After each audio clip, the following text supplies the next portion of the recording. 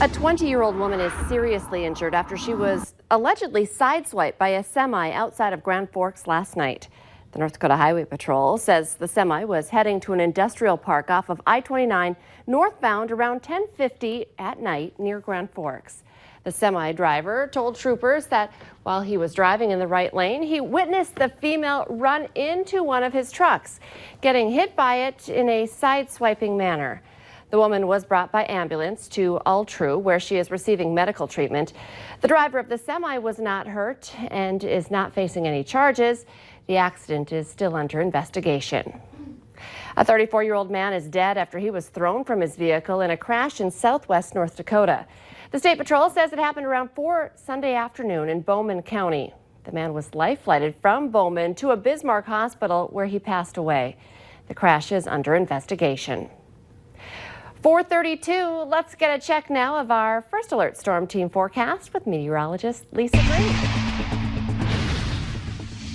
Good morning. Today we are starting off with conditions that are going to be a little bit more on the sunny side yet again today, and warm too. Yesterday, take a look at our temperatures on our Sunday. We reached the 60s, even 70 degrees. Our first 70-degree temperature in Fargo of the season. 71 was our official high yesterday, and we may just get to see similar temperatures yet again for your Monday. So it was a beautiful weekend, and yesterday turned out to be quite warm for us in the valley. We have had some showers overnight. Maybe they woke you up hearing that rain hitting your window pane, and that is now starting to wind down. You can see the bulk of that shower activity moving on, and we're just looking at some areas of maybe some lingering sprinkles in our eastern viewing area here to start off this morning. Other than that, looking pretty quiet. We're starting to clear things out, and that's going to set us up for a pretty nice day. It's mild out there for most of us. We are in the 40s, even 50 in Fergus Falls. It's 49 in Fargo. One of the cooler spots, Grand Forks at 39 degrees. Langdon is at 37 right now. So not too bad to start off this morning. In fact, that's nice and mild. Looking at your temperatures, or rather your wind speeds, we're looking at some numbers that are less than 10 miles per hour, so some light wind, and we can expect to watch those showers march on as we continue on through our morning and head into the rest of the day today, and that means, of course, some sunnier skies and temperatures on the rise. So by the time we get into the noon hour here, you could see we're seeing some 60s already at that point in some of our viewing area. And heading into the afternoon, we will be warming up back into similar numbers from yesterday. Perhaps slightly cooler up north with temperatures into that 60 to 65 degree range. Southern Valley about 65 to 70 degrees today.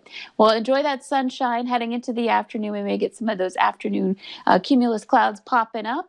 And then this evening, another round of rain moves in, and it won't just be for tonight. We're looking at that potential continuing on into your Tuesday. So you could see around this time tomorrow morning, we're looking at some spotty showers to start, and then the potential as we head into the day tomorrow for some of these showers to produce some rain and thunder. So here's a look at your Tuesday. By noon, we've got some stronger winds starting to pick up out of the south ahead of this front, and as it moves through, here's a look at it. You've got those showers and thunderstorms starting to pop up into that afternoon hour, and we're looking at that marching right across the viewing area here. So some of us seeing maybe a stronger or heavier the shower and maybe some rain and thunder, or some lightning and thunder rather, with that rain.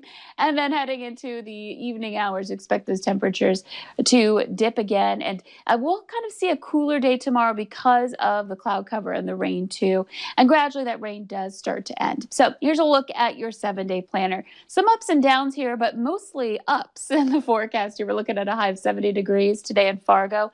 Tuesday, again, a little bit more on the unsettled side, or a lot more. We'll see that chance for some rain and some thunder showers. And temperatures will be a lot cooler tomorrow. We do recover as we head through the rest of the week, though. We see more opportunities at 70 degrees coming up. I like it. I'm ready for the warm-up, or the warm-up to stay, because it was a pretty nice weekend. Thank you, Lisa. A total of 1,013 people were tested for COVID-19 on Saturday at the Fargo Dome. Fargo Cass Public Health said the event's goal was to get essential workers, people experiencing COVID symptoms, or those who have come into contact with the virus, to get free testing. Mayor Tim Mahoney says the test results will help determine the dynamics within our community and will help make decisions on how the city should move forward. April 30th, theoretically, we're going to open up bars and restaurants, and he's going to take this data and put it in a skill set, or put it in a setting and see what it means. What will change that, or will it give a different dynamic for our community? FargoCast's Public Health says those tested should have the results sometime this week. North Dakota's Department of Health reported on Sunday another COVID-19 related death. It was a woman in her 80s from Cass County with underlying health issues. She is the 17th person in the state to die from the virus. State health officials reported another 64 positive cases on Sunday, bringing the total now to 867. 18 patients are currently in the hospital.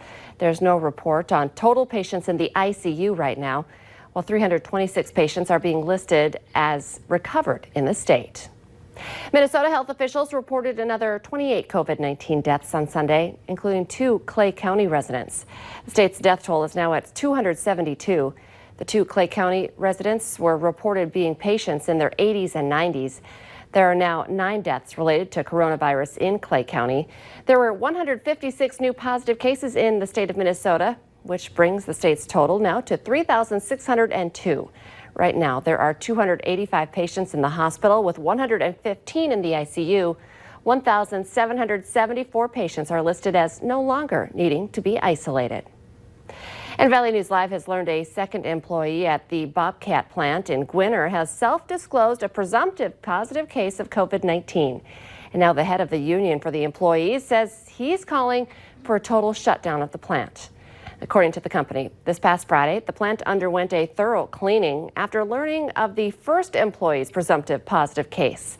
The company says the second employee was last in the building 2 days before the cleaning, and because of this, the plant will remain open.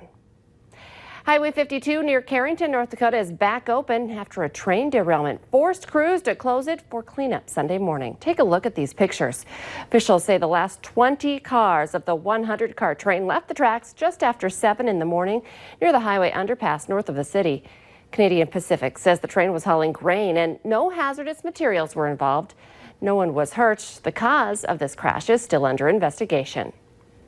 Since the coronavirus lockdown started, many have been having vivid dreams. But is there any point in analyzing them? What health experts are saying is coming up next on The Valley Today.